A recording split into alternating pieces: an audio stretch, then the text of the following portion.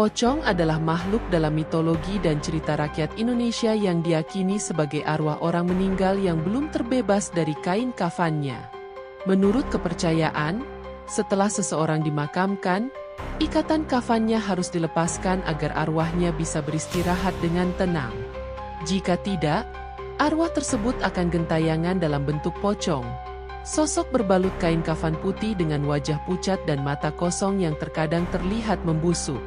Pocong sering dikisahkan melompat-lompat karena kaki mereka masih terikat, dan kemunculannya biasanya disertai bau anyir atau angin dingin yang menusuk. Sosok ini kerap muncul di pemakaman, jalanan sepi, atau tempat-tempat angker lainnya, menebar teror bagi siapapun yang melihatnya. Sebuah kisah viral muncul dari kota Sragen, Jawa Tengah. Malam di Sragen selalu terasa tenang, hingga sebuah kisah aneh mulai beredar di kalangan warga. Bukan tentang maling motor atau keributan di warung, melainkan tentang sesosok pocong yang berbeda dari biasanya. Tidak ada suara jeritan atau langkah tergesa-gesa melarikan diri, justru yang terdengar adalah bisik-bisik penuh rasa penasaran. Banyak yang mengaku pernah melihatnya. Seorang pocong dengan wajah cantik, kulit putih bersih, dan aroma melati yang lembut. Beberapa pemuda yang sering nongkrong di warung kopi mulai tertarik untuk membuktikan kebenaran cerita ini. Berbekal senter dan keberanian setengah matang, mereka memutuskan untuk mencari dan bertemu langsung dengan pocong cantik Sragen. Akankah para pemuda akan berhasil bertemu dengan pocong cantik ini? Dan bagaimana keseruan kisahnya? Tonton video ini sampai selesai.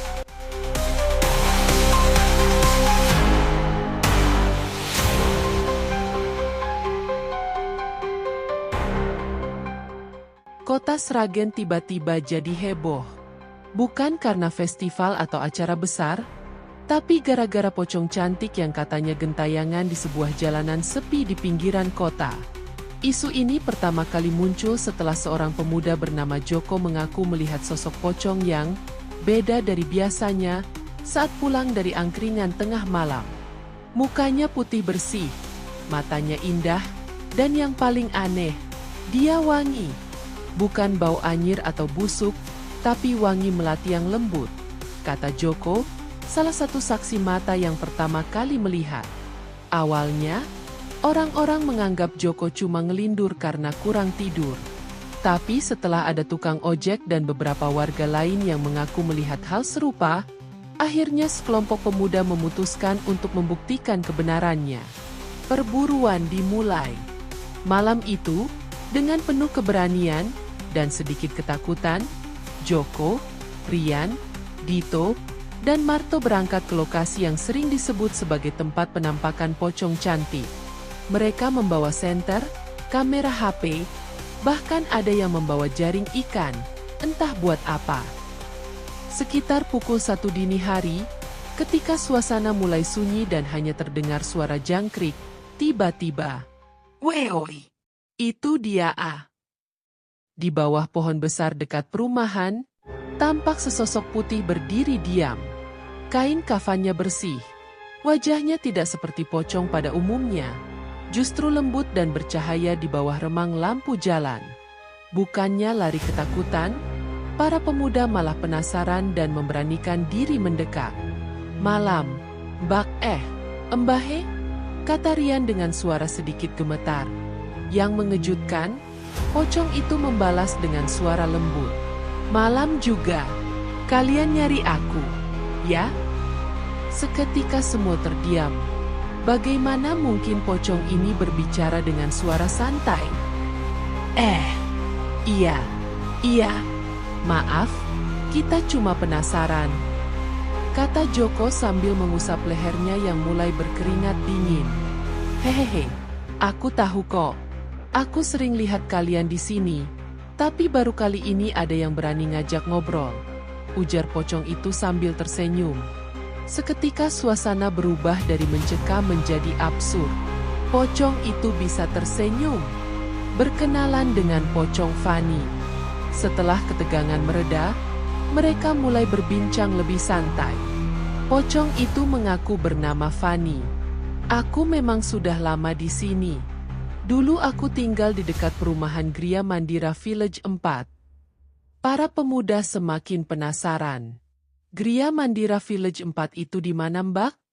Tanya Joko yang penasaran. Gria Mandira Village 4 adalah perumahan bersubsidi yang berlokasi di Taraman, Sidoarjo, Sragen, Jawa Tengah. Type rumah ini 30/60. DP cuma 1 juta all-in tanpa biaya tambahan dan angsuran flat 1 jutaan per bulan. Jika berminat silahkan hubungi nomor yang ada di deskripsi. Jelasnya Pocong Fanny secara titis, tetes, dan gamblang. Terus, Mbak kok bisa jadi begini? Tanya Marto hati-hati. Pocong Fanny tersenyum kecil. Ya gimana ya? Namanya juga nasib. Tapi aku nggak suka nakut-nakutin orang. Makanya aku lebih sering diam aja. Percakapan mereka berlanjut. Uniknya, semakin lama mereka ngobrol, semakin lupa bahwa yang mereka ajak bicara adalah pocong.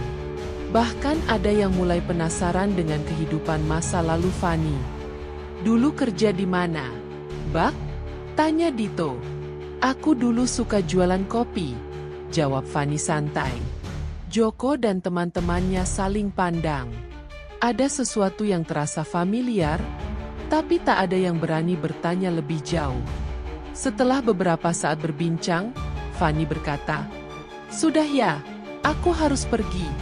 Kalian hati-hati pulang. Nanti kalau kangen, ngobrol lagi aja di sini." Dan sebelum ada yang bisa menjawab, Fanny menghilang begitu saja. Kisah ini viral. Keesokan harinya, cerita ini menyebar luas di media sosial. Banyak yang tidak percaya, tapi ada juga yang penasaran dan ingin membuktikan sendiri. Bahkan beberapa orang sengaja datang ke Gria Mandira Village 4 untuk berburu pocong Fanny. Namun, tak ada yang tahu pasti kenapa Fanny masih ada di sana. Apakah ia masih menunggu sesuatu? Atau mungkin hanya ingin teman untuk mengobrol? Yang jelas, sejak malam itu, Joko dan teman-temannya jadi lebih sering nongkrong di sekitar tempat itu, berharap bisa bertemu dan ngobrol lagi dengan Fanny, si pocong cantik dari Sragen.